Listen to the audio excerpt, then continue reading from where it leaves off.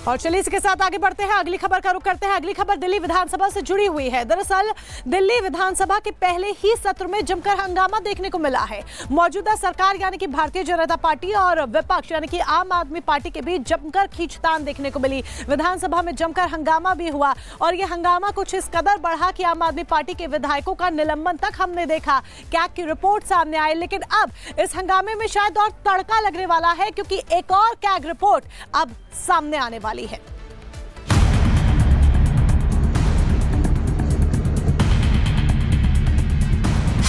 दिल्ली में केजरीवाल सरकार की कट्टर ईमानदारी की फाइलें खुलनी शुरू हो गई हैं।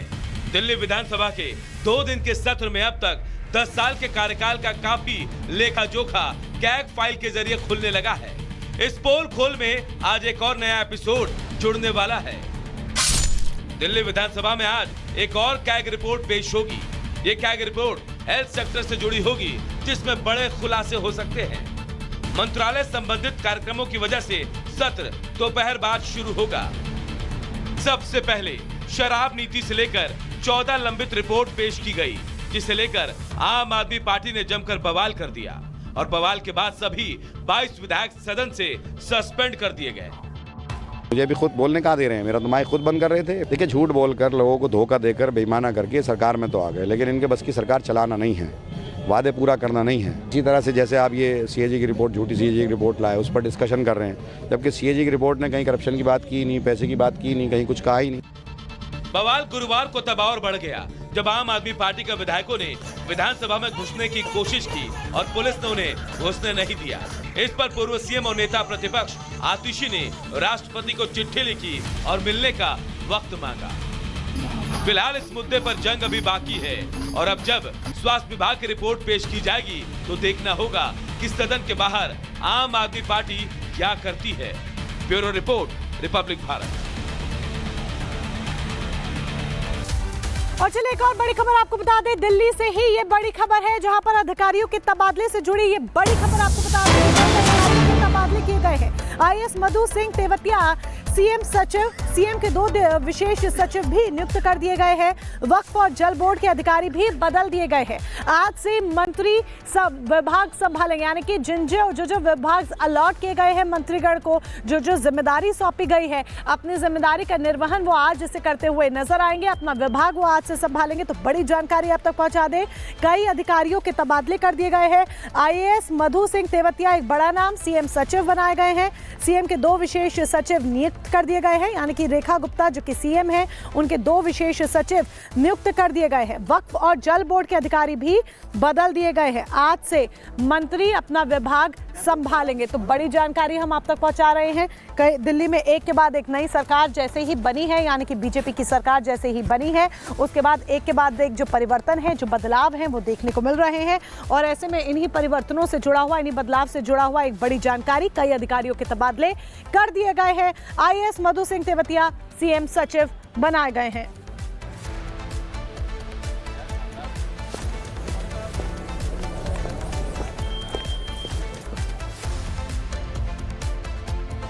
और अब बात करेंगे हिमाचल प्रदेश की। रेवड़ी बांटने के चक्कर में हिमाचल की सुक्खू सरकार कहीं ना कहीं अपने प्रदेश में वो बैलेंस नहीं बना पा रही है आर्थिक के तौर पर जो होना चाहिए, और यही वजह है कि अब मंदिर चलाने के लिए भी रेवड़ी बांटने वाली सरकार पैसे मांग रही है। देखिए आखिरकार हिमाचल के हाल किस तरीके से बेहाल सुक्खू सरकार ने कर दिए हैं। इस रिपोर्ट।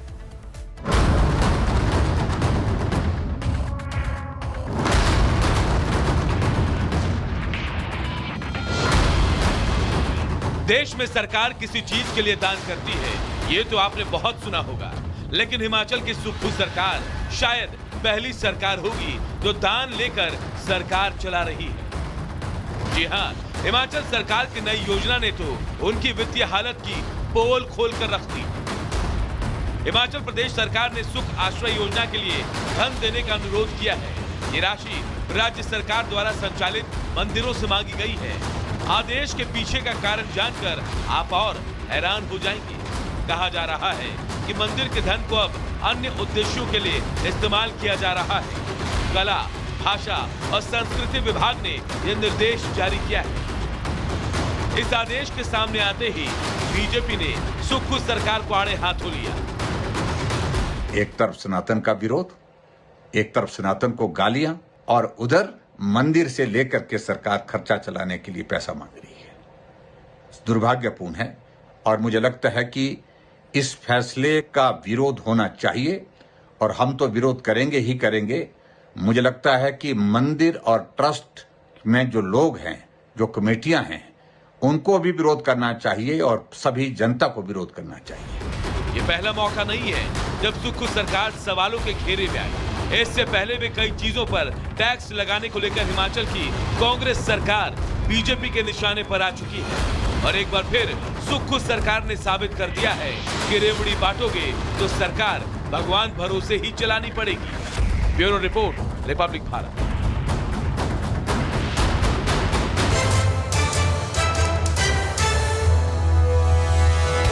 बढ़ते हैं, हिंदी भाषा को लेकर भी सियासत हो रही है। जी हां, हिंदी भाषा को लेकर बीते दिनों जो सियासत शुरू हुई वो अब थमने का नाम नहीं ले रही है, उल्टा ये और बढ़ती हुई दिख रही है।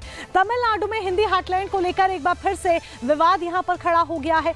दरअसल ये पूरा मामला क्या है, कैसे इस पूरे विवाद की सियासत की शुरुआत हुई और ये कैसे सियासी तड़का इसमें लगातार देखने को मिल रहा है, इस रिपोर्ट के जरिए जानिए और समझिए।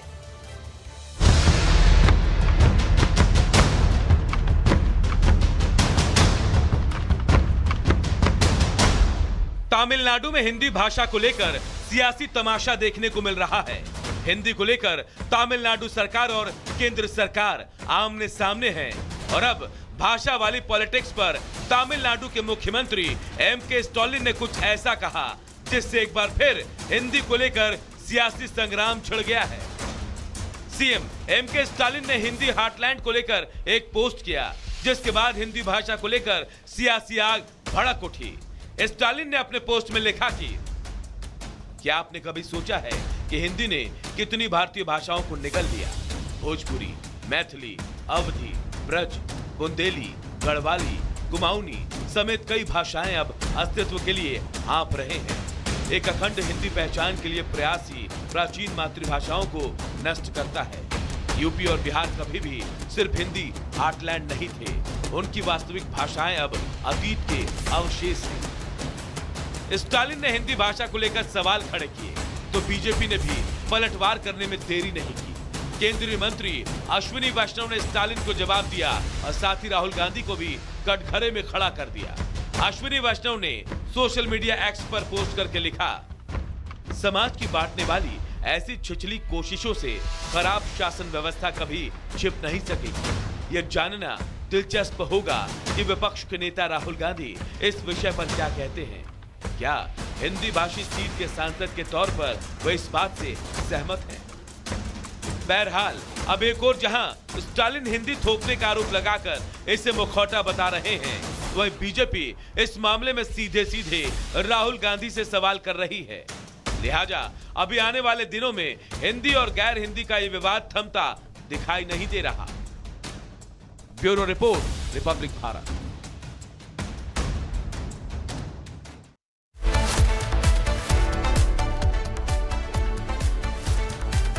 और पाकिस्तान से जुड़ी इस वक्त की बड़ी खबर आपको बताते हैं, जहां खालिस्तानी आतंकियों को गिरफ्तार किया गया है। 2 खालिस्तानी आतंकी बताए जा रहे हैं जो कि काम कर रहे थे। पाकिस्तान समर्थित आतंकी मॉड्यूल का भंडाफोड़ हुआ है। पुलिस स्टेशन पर ग्रेनेड हमलों का इन पर आरोप है और अब इन्हें गिरफ्तार कर लिया गया है। तो इस वक्त की ये बड़ी जानकारी पंजाब से आ रही है, जहां 2 खालिस्तानी गुर्गे गिरफ्तार हुए हैं। पाकिस्तान समर्थित आतंकी मॉड्यूल का भंडाफोड़ हुआ है। पुलिस स्टेशन पर ग्रेनेड हमलों का आरोप है। खालिस्तानी आतंकवादी रिंदा के कहने पर ये काम किया करते थे, लेकिन ये बड़ी सफलता हाथ लगी है, जहां दोनों को ही गिरफ्तार कर लिया गया है। तो इस वक्त की ये बड़ी जानकारी आ रही है कि पंजाब में जिस तरीके से सक्रिय थे ये खालिस्तानी आतंकवादी जो रिंदा के कहने पर काम कर रहे थे, उन्हें अब गिरफ्तार कर लिया गया है।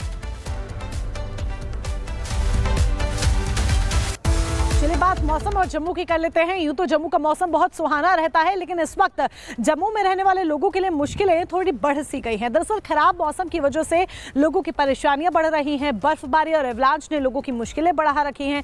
तो उधर जिस तरीके से बरसात भी बीच बीच में हो रही है, इसने सोने पर सुहागा करने का काम करा है, यानी कि लोगों के लिए परेशानी और भी ज्यादा डबल डोज परेशानियों का दे दिया है। रिपोर्ट देखिए।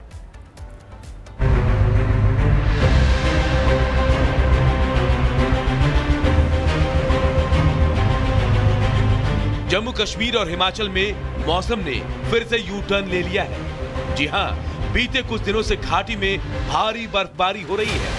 कहीं आसमान से पत्थर गिर रहे हैं तो कहीं धरती पर पहाड़ उतर आए हैं। इसके साथ ही कई नेशनल हाईवे भी ठप हो गए हैं, जिसके बाद मौसम का मजा लेने आए पर्यटकों की चिंता बढ़ गई है। जम्मू कश्मीर में मौसम का मिजाज ऐसा बदला कि हर जगह बस बर्फ की सफेद चादर